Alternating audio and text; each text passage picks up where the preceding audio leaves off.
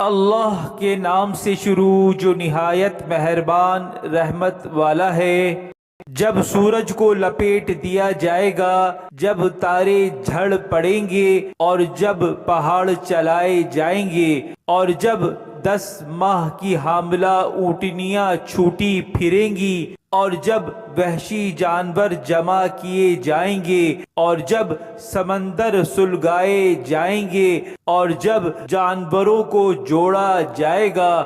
اور جب زندہ دفن کی گئی لڑکی سے پوچھا جائے گا کس خطا کی وجہ سے اسے قتل کیا گیا،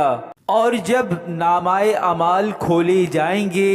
اور جب آسمان کھینچ لیا جائے گا، اور جب جہنم بھڑکائی جائے گی، اور جب جنت قریب لائی جائے گی، ہر جان کو معلوم ہو جائے گا جو حاضر لائی۔ تو ان ستاروں کی قسم جو الٹے چلیں، جو سیدھے چلیں، چھپ جائیں، اور رات کی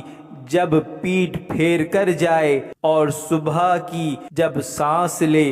بے شک یہ ضرور عزت والے رسول کا کلام ہے جو قوت والا ہے، عرش کے مالک کے حضور عزت والا ہے، وہاں اس کا حکم مانا جاتا ہے، امانت دار ہے، اور تمہارے صاحب ہرگز مجنون نہیں، اور یقیناً بے شک انہوں نے اسے روشن کنارے پر دیکھا۔